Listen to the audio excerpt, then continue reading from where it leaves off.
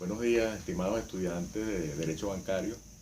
Hoy seguimos con el estudio de las diferentes potestades que tiene la Superintendencia de Bancos contempladas en la Ley de Instituciones del Sector Bancario venezolana. En la última entrega estábamos estudiando las potestades de dirección de conducta de las instituciones financieras y veíamos particularmente las diferentes medidas que puede adoptar la SUDEBAN en un momento de crisis de una institución bancaria particularmente. Y decíamos que la aplicación de dichas medidas tenía un curso ascendente y sucesivo, de una menor a una mayor gravedad de la infracción administrativa, que pudiera llegar incluso a configurar un delito bancario y que finalmente escaparía, por supuesto, de la potestad y del conocimiento de la superintendencia y debería ser ya objeto de conocimiento por parte de la Fiscalía, del Ministerio Público y de los tribunales competentes. Dentro de ese orden ascendente y sucesivo de las diferentes medidas sancionatorias que pudiera imponer en un momento dado la superintendencia bancaria, tenemos en una primera fase la formulación de instrucciones o recomendaciones. Esto es algo que se acostumbra normalmente en las visitas que efectúa la SUDEBAN regularmente a los bancos y demás instituciones financieras. Luego de practicar la auditoría correspondiente y el control, digamos, de todos los libros y archivos del banco, generalmente se formulan instrucciones o recomendaciones al banco y eso forma parte, pues, de una sana práctica bancaria. Tenemos una segunda fase donde se establece que si dichas instrucciones o recomendaciones no son acogidas en el plazo establecido, entonces viene la adopción de un plan de regularización que puede incluir medidas preventivas, correctivas y hasta sanciones. Esta es una segunda fase contemplada en el artículo 177 de la Ley de Instituciones del Sector Bancario. Hoy en día los bancos tienen muy presente las instrucciones o recomendaciones de la superintendencia bancaria y generalmente se les da un plazo perentorio para su cumplimiento. Y por supuesto que esas instrucciones o recomendaciones deben ser acatadas a la mayor brevedad posible. Tenemos una tercera fase que corresponde a la adopción de medidas administrativas. Esas medidas administrativas sobre las cuales vamos a hablar ahora están contempladas en los artículos 180 y 184 de la Ley de Instituciones del Sector Bancario. En este caso ya entramos en una fase más compleja donde el banco pudiera atravesar problemas más serios que pudieran dar lugar a medidas de mayor gravedad, ¿no? Entonces, por eso la ley contempla una serie de medidas administrativas que la superintendencia puede imponer a un banco en un momento de crisis determinado. Y tenemos una cuarta fase, que es la adopción de mecanismos de resolución contemplada en el título 11 de la Ley de Instituciones del Sector Bancario. Aquí vamos a hablar ya de una situación que puede provocar la intervención y rehabilitación o liquidación de la institución bancaria. Entonces, esta última fase ya por supuesto nos indica una mayor seriedad en la crisis y que pudiera dar lugar a un proceso de intervención directa por parte de la superintendencia bancaria. Les recuerdo que todo este proceso concursal bancario se va a realizar en sede administrativa y va a ser conocido por el órgano de supervisión que es la SUDEBAN y por supuesto vamos a ver también la actuación en algunos casos del órgano superior del sistema financiero nacional. Recuerden también que en caso que fuese decretada una emergencia financiera, el órgano superior del sistema financiero nacional tendría la competencia de dictar toda la normativa prudencial que fuera procedente en ese caso, y que esa normativa incluso tendría preferencia por encima de la ley de instituciones del sector bancario. Este orden, como les mencioné, es un orden ascendente y sucesivo. Es de suponer que primeramente se comience a adoptar, digamos, las instrucciones o recomendaciones a la institución financiera, y que posteriormente, de acuerdo a la gravedad de la falta, podamos llegar a una segunda o a una tercera o a una cuarta fase. Pero como yo les decía en la clase pasada, también puede dar el caso de que se fuese directo a la tercera o a la cuarta fase, dependiendo de la gravedad de la falta.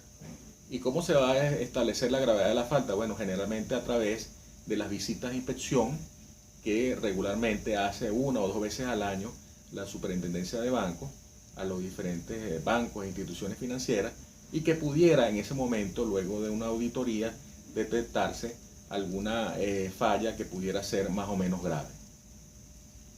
Vamos a hablar de las medidas administrativas. Las medidas administrativas están contempladas en los artículos 180 y 184 de la Ley de Instituciones del Sector Bancario Venezolano. Los supuestos de aplicación para tales medidas están contemplados en el artículo 180. Algunos son supuestos de carácter general, como presentar situaciones graves de tipo administrativo o gerencial que afecten la operación normal, la liquidez o la solvencia de la institución financiera, incurrir en fallas y desviaciones de carácter operacional en materia de tecnología de la información, incurrir en notorias o reiteradas violaciones a la ley bancaria, a las regulaciones del Banco Central de Venezuela o del órgano superior del sistema financiero nacional. Asimismo, por supuesto, incumplir reiteradamente la normativa prudencial dictada por la Superintendencia de Instituciones del Sector Bancario. Los restantes supuestos que contempla la ley son situaciones específicas identificadas en el artículo 180 de la ley, tales como iliquidez o insolvencia, concesión de crédito a sus propios accionistas o a personas relacionadas para cubrir requerimientos de capital de la institución bancaria, pagar tasas de interés muy superiores al promedio, omitir la declaración de activos o pasivos, o contabilizar activos o pasivos inexistentes, cesar en el pago de sus obligaciones con los depositantes y mantener al menos durante un mes un patrimonio inferior al previsto en la Ley de Instituciones del Sector Bancario. Estas situaciones van a ser situaciones de crisis que van a alertar a la autoridad bancaria, y que pueden en un momento dado inducir a pensar que el banco se encuentra en una situación de insolvencia o en una situación de crisis más o menos grave. Y por supuesto que primeramente lo que va a ser más recomendable es la adopción de este tipo de medidas administrativas para tratar de solventar los problemas que pudieran presentarse en un momento dado en la institución bancaria.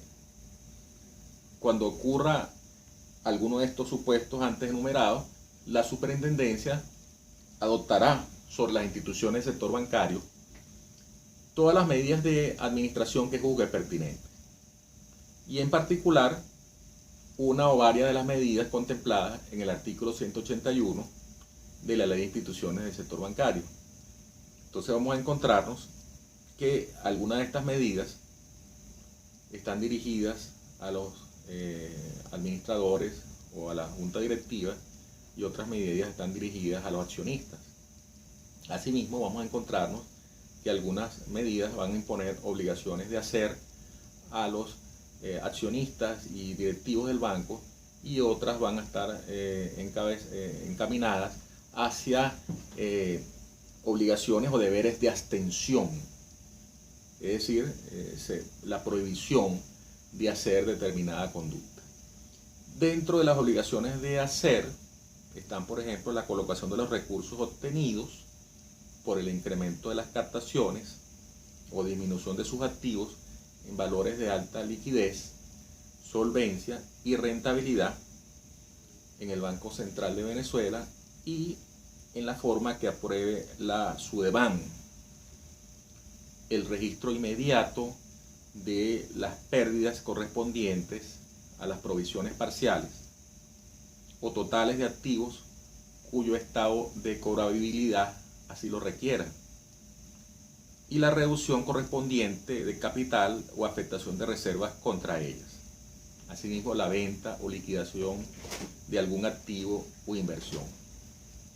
Vamos a encontrarnos otras obligaciones que son deberes de abstención o prohibiciones que se hacen a los bancos, como por ejemplo la prohibición de otorgar nuevos créditos, que es algo sumamente grave en un momento dado que pueda ser impuesto a una institución bancaria, porque uno de los fines esenciales de toda institución bancaria, de todo banco, es el otorgamiento de crédito. También la prohibición de realizar nuevas inversiones, la prohibición de realizar nuevas operaciones de fideicomiso, la prohibición de captar fondos a plazo, la prohibición de apertura de nuevas oficinas en el país o en el extranjero, la prohibición de adquisición de acciones y la participación en el capital social de instituciones bancarias ya constituidas.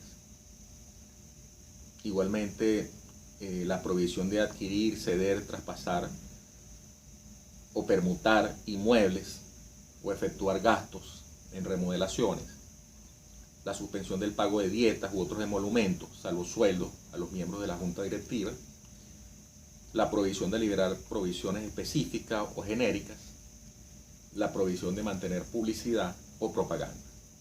Como les dije, algunas otras medidas van dirigidas a los accionistas, particularmente, tales como la reposición o la reducción del capital social y la prohibición de decretar el pago de dividendos.